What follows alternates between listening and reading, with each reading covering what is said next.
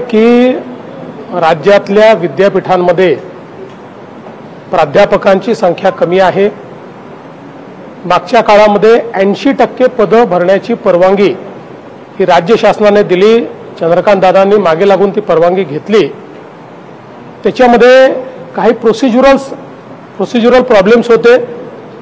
विशेषतः माननीय राज्यपाल महोदयांचं मत हे होतं की अतिशय पारदर्शी पद्धतीनं या नेमणुका झाल्या पाहिजेत आणि म्हणून त्या प्रोसेसमध्ये राज्यपाल महोदयांनी काही बदल केले। त्याच्यामुळे काही वेळ गेलेला आहे, पण आता मात्र ते सगळे बदल पूर्ण झालेले आहेत। त्यामुळे लवकरच 80% पदं ही भरली जातील आणि उरलेल्या 20%लाही आम्ही लवकरच मान्यता देणार आहोत। पीएमआरटी प्राध्यापक भरती नसल्यामुळे एनआयआरएफ रँकिंगमध्ये आपलं एकूणच खूप प्रचंड प्रमाणात घसरण झालेली आहे आणि विद्यापीठांना निधी पण कमतरता आहे, कारण त्यांना कामच करता येत नाही, शिक्षकेतर पदं पण नाहीये। तर त्या अनुषंगाने काय केलं जातं? एनआयआरएफ रँकिंगमध्ये शिक्षकेतर पदांचा कुठलाही समावेश नाही। त्याचा रँकिंगशी काही संबंध नाही।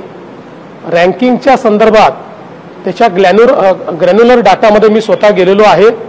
हे नक्कीच आहे की त्यातला एक मुद्दा हा जे काही शिक्षक आणि विद्यार्थी गुणोत्तर आहे त्याच्यामध्ये आपले काही मार्क्स निश्चितपणे कमी झालेले आहेत, जे गंभीर आहे। त्यामुळे त्याची सुधारणा करण्यात येईल।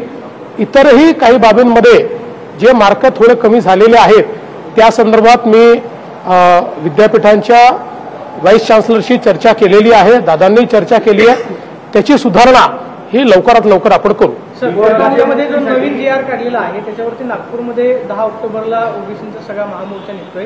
तुमच्यावरती विशेष करून टीका केली जाते। आज विजय वडेट्टीवार असं म्हणाले की राज्य सरकार हे ओबीसीला मूर्खामध्ये काढण्याचं काम करते। जो जीआर काढलेला आहे त्याच्यामुळे ओबीसीचं आरक्षण जवळपास संपले आणि सर त्याला मला असं वाटतं की दोन्ही बाजूने केवळ राजकारण चाललेलं आहे। आम्ही काढलेला जीआर हा कुठेही ओबीसीच्या हक्कांवर गदा आणणारा नाही। एकही नकली व्यक्ती हा ओबीसी मध्ये समाविष्ट होणार नाही। नकलीचा अर्थ जो ओबीसी नाही असा हा ओबीसीत समाविष्ट होणार नाही, अशा प्रकारची काळजी त्या जीआर मध्ये घेतलेली आहे। आणि वडेट्टीवारांना तर बोलायचा अधिकारच नाही। याचं कारण ओबीसी समाजाकरता जे काही केलंय ते आमच्या सरकारनेच केलंय। 2014 ते 2025 मध्ये जेवढे निर्णय ओबीसी समाजाकरता झाले ते केवळ आमच्या सरकारने केले। ओबीसीचं वेगळं मंत्रालय आणणारे आम्ही, ओबीसी करता योजना तयार करणारे आम्ही, महाज्योती तयार करणारे आम्ही, या ठिकाणी 42 हॉस्टेल ओबीसी करता देणारे आम्ही, आणि सगळ्यात महत्त्वाचं की उद्धव ठाकरेंच्या सरकारने ओबीसीचं घालवलेलं राजकीय आरक्षण हे परत आणणारे आम्ही, आणि पूर्ण 27% पूर्ण ओबीसीचं आरक्षण परत आणणारं आमचं सरकार आहे। त्याच्यामुळे ओबीसीला हे समजतं की त्यांचं हित पाहणारे कोण आहेत। यापूर्वीच्या कोणत्या सरकारने ओबीसीचं हित केलं? मी दाव्यानं सांगतो की माझ्याशी खुली चर्चा करून घ्यावी। ओबीसी हिताच्या संदर्भात आम्ही केलेलं काम आणि ओबीसी हिताच्या संदर्भात इतर सरकारने केलेलं काम यांना केवळ राजकारण करता येतं। आम्हाला ओबीसी समाजाचं हित पाहायचं, आम्ही ते हित करणारच आहोत। मराठा समाजाचं हित करणार आहोत। सगळ्या समाजाचं हित हेच सरकार करू शकतं। कोर्टाने सरकारला विचारले की मग मराठ्यांना आरक्षण कुठलं, ओबीसी की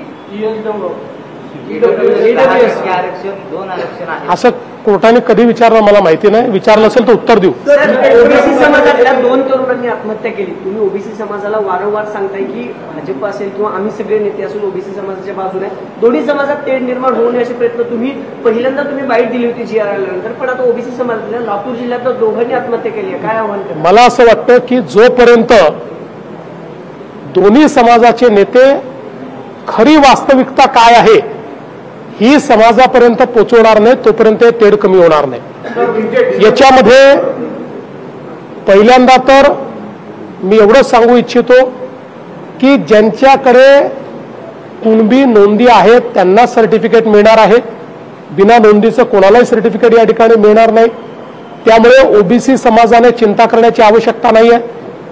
मला असं वाटतं की कुठेतरी हे जे वातावरण तयार करण्याचा काही प्रयत्न करतायत की जणू काही आरक्षण गेलेलं आहे, अशा प्रकारचं वातावरण तयार केल्यामुळे मुलांच्या मानसिकतेवर त्याचा परिणाम होतो आणि दुसरीकडे दुसऱ्याही बाजूनं टोकाचंच अशा प्रकारचं राजकारण या ठिकाणी चाललेलं आहे. अशा राजकारणाने कधीच समाजाचं भलं होऊ शकत नाही. समाजाचं भलं हे समाजापर्यंत वास्तविकता पोहोचवली तरच होऊ शकतं. आम्ही ती वास्तविकता समाजापर्यंत पोहोचवतो. समाजाची काळजी आम्ही घेतो. त्यामुळे नेत्यांनी किती राजकारण केलं आणि याला एक प्रकारे राजकीय मुद्दा बनवला तरी समाज जो आहे हा समाज वास्तविकता काय हे समजून घेतो. हे आजपर्यंतचा माझा अनुभव आहे. के जो ठिकानों को ध्वस्त किया था भारतीय सेना ने, अब पाकिस्तान उनके रिकंस्ट्रक्शन के लिए फंड कर रहा है, ऐसी रिपोर्ट्स आई है. FATF का यहाँ पर रोल बनता है. देखिए, मुझे ऐसा लगता है कि अगर पाकिस्तान उसको फंड करने की कोशिश करेगा तो भारत ये अंतर्राष्ट्रीय स्तर पर उनके ऊपर सैंक्शंस लगे इस प्रकार की मांग जरूर करेगा.